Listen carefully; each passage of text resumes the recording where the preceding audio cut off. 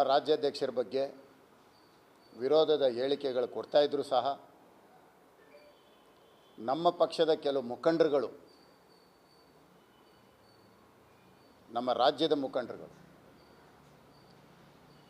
ಅವ್ರ ಜೊತೆ ಚರ್ಚೆ ಮಾಡಿ, ಇವ್ರ ಜೊತೆ ಚರ್ಚೆ ಮಾಡಿ ಇಬ್ಬರನ್ನು ಒಟ್ಟಿಗೆ ಕುಂಡ್ರಿಸುವಂಥದ್ದಾಗಲಿ ಅಥವಾ ನೀವು ಈ ರೀತಿ ಮಾತಾಡಿದ್ರೆ ಪಕ್ಷಕ್ಕೆ ಮುಜುಗರ ಆಗತ್ತೆ ಅನ್ನೋದಾಗಲಿ ಯಾವುದೂ ಸಹ ಒಂದು ಕೆಲಸನೂ ಮಾಡದೆ ಅಲ್ಲಿ ಅವ್ರಿಗೇನು ಹೇಳಬೇಕು ಅಲ್ಲಿ ಹೇಳೋದು, ಇಲ್ಲೇನು ಬೇಕೋ ಇಲ್ಲಿ ಹೇಳೋದು, ಒಟ್ಟಾರೆಯಾಗಿ ಈ ಸಮಸ್ಯೆನ ಬಗೆಹರಿಸಬೇಕು ಅನ್ನೋ ಮನೋಭಾವ ಯಾರಿಗೂ ಇಲ್ಲ. ಇದು ಹಿಂಗೆ ಮುಂದುವರಿಬೇಕು ಅಂತ ಕೆಲವರು ತುಂಬ ಇಷ್ಟಪಡ್ತಾ ಇದ್ದಾರೆ. ಆ ಇಷ್ಟಪಡೋರು ನೇರವಾಗಿ ಮಾತಾಡಬೇಕು. ಹಿಂಬಾಗಿಲಿಂದ ಹೋಗಿ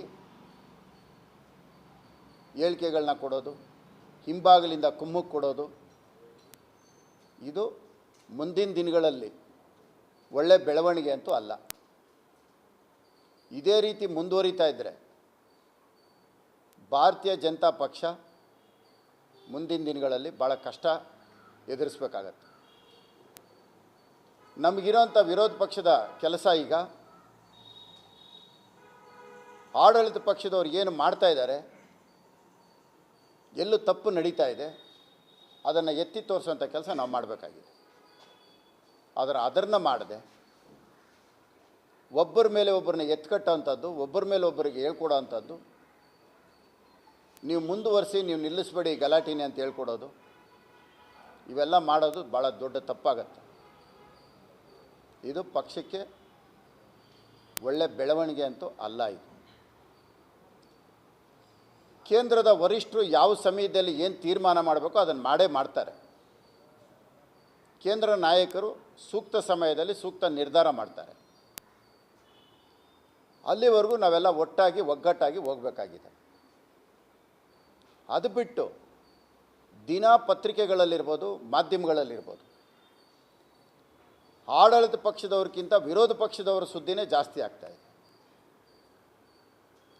ಜನರಲ್ಲಿ ಗೊಂದಲ ಉಂಟಾಗ್ತಾ ಇದೆ. ಕಾಂಗ್ರೆಸ್ ಪಕ್ಷದಲ್ಲಿ ಇರ್ತಕ್ಕಂಥ ಗೊಂದಲಗಳಕ್ಕಿಂತ ಸಾರ್ವಜನಿಕರಲ್ಲಿ ಮೂಡುವಂಥ ಅಭಿಪ್ರಾಯ ಬಿ ಜೆ ಪಿನಲ್ಲೇ ಗೊಂದಲ ಜಾಸ್ತಿ ಇದೆ ಅನ್ನೋದು ಗೊತ್ತಾಗೋ ಥರ ಕಾಣ್ತಾ ಇರುತ್ತೆ. ಅದಕ್ಕೆ ಇನ್ನು ಮುಂದಕ್ಕಾದರೂ ಏನಿವತ್ತು ಬೆಂಗಳೂರು ನಗರದ ಹಿರಿಯ ಶಾಸಕರು, ವಿರೋಧ ಪಕ್ಷದ ನಾಯಕರು, ಅಶೋಕ್ ಅವರು ಎಲ್ಲರನ್ನೂ ಒಟ್ಟಿಗೆ ಕುಂಡ್ರಿಸಿ ಮಾತಾಡೋಂಥ ಕೆಲಸ ಮಾಡಿದ್ರೆ ಅವರ ಸ್ಥಾನಕ್ಕೆ, ಅವರ ಘನತೆಗೆ, ಅವರ ಹಿರಿತನಕ್ಕೆ ಒಂದು ಗೌರವ ತರುತ್ತೆ. ಇದನ್ನು ಹಿಂಗೆ ಮುಂದುವರಿಯೋಕ್ಕೆ ಬಿಟ್ಟರೆ ಇದು ಮುಂದಿನ ದಿನಗಳಲ್ಲಿ ಒಳ್ಳೆಯದಂತೂ ಅಲ್ಲ. ಅದೇ ರೀತಿ ಯಡಿಯೂರಪ್ಪನವರಿದ್ದಾರೆ. ಎಲ್ಲರೂ ಸಹ ಇವತ್ತು ಜೊತೇಲಿ ತೊಗೊಂಡೋಗೋಣ ಅಂತ ಭಾಳ ಸಾರಿ ಹೇಳಿದ್ದಾರೆ. ಪ್ರಹ್ಲಾದ್ ಜೋಶಿ ಅವರಿದ್ದಾರೆ, ಶೋಭಾ ಕರಂದ್ಲಾಜೆ ಅವರಿದ್ದಾರೆ, ನಮ್ಮ ಕೇಂದ್ರದ ನಾಯಕರಿದ್ದಾರೆ, ಸೋಮಣ್ಣವರಿದ್ದಾರೆ, ಎಲ್ಲರೂ ಇದ್ದಾರೆ. ಎಲ್ಲರೂ ಒಗ್ಗಟ್ಟು ಹೋಗೋಂಥ ಕೆಲಸ ನಾವು ಮಾಡಬೇಕಾಗಿದೆ.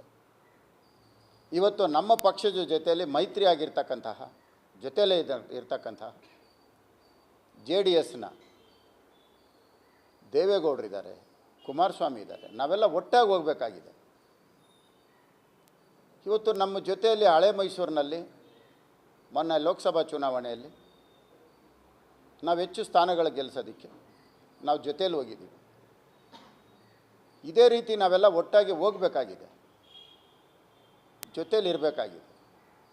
ನಾವೇ ಈ ರೀತಿ ಮಾತಾಡ್ಕೊಳ್ತಾ ಇದ್ದರೆ ಮುಂದಿನ ದಿನಗಳಲ್ಲಿ ಭಾಳ ಕಷ್ಟ ಆಗುತ್ತೆ. ಇವತ್ತು ಕಾಂಗ್ರೆಸ್ ಪಕ್ಷದಲ್ಲಿ ಅವರು ಕಿತ್ತಾಟ ಮಾಡ್ಕೊಳ್ತಾ ಇದ್ದಾರೆ. ಮುಖ್ಯಮಂತ್ರಿ ನಾನು ಸಭೆಗಳು ಮಾಡೋದು,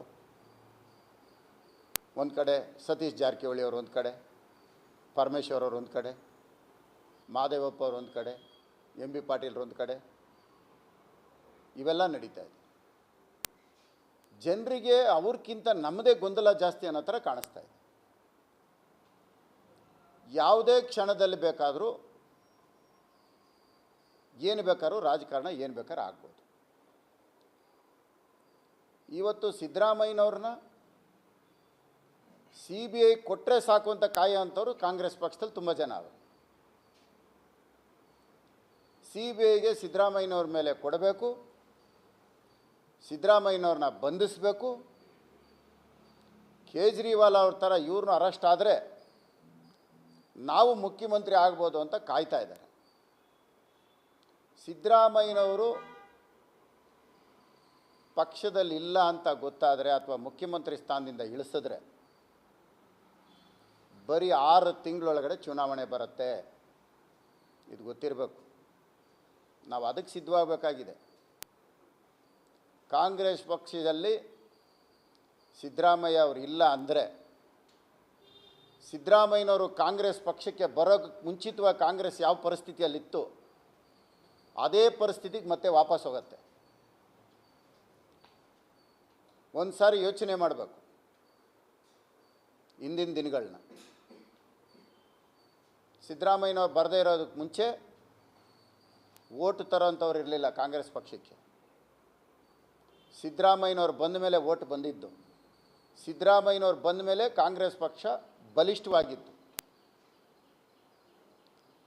ಇವತ್ತೇನಾದ್ರು ಸಿದ್ದರಾಮಯ್ಯನವ್ರನ್ನ MUDA case, ED case, CBI case ಇದನ್ನೆಲ್ಲ ಕಟ್ಟಾಕಿ ತೊಂದರೆ ಮಾಡಿ ಸಿದ್ದರಾಮಯ್ಯನ ಹೊರಗಡೆ ಇಟ್ಟರೆ 6 ತಿಂಗಳು ಚುನಾವಣೆ. ಇದು ಗೊತ್ತಿರಬೇಕು. ಇಂಥ ಪರಿಸ್ಥಿತಿಯಲ್ಲಿ ಕಾಂಗ್ರೆಸ್ ಇರೋವಾಗ ನಾವುಗಳು ಎಷ್ಟು ಒಗ್ಗಟ್ಟಾಗಿರ್ತೀವೋ ಅಷ್ಟು ಒಳ್ಳೆಯದು. ಇವತ್ತು ದೆಹಲಿ ಶೂನ್ಯ, ದೆಹಲಿ ಕಾಂಗ್ರೆಸ್ ಪಕ್ಷ ಶೂನ್ಯ.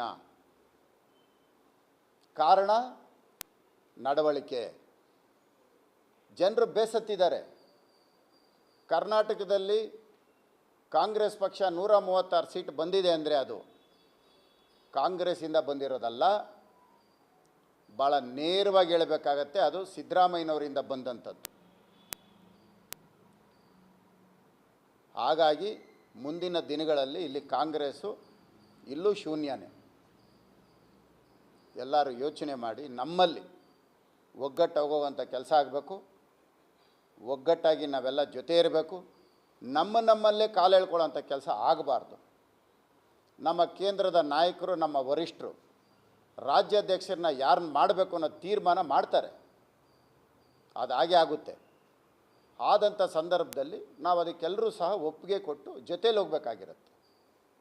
ಈಗಲೇ ಒಬ್ಬರನ್ನ ವಿರೋಧ ಮಾಡೋದು, ಇನ್ನೊಬ್ಬರನ್ನ ಪರ ಮಾಡೋದು ಅದು ಆಗೋದು ಬೇಡ.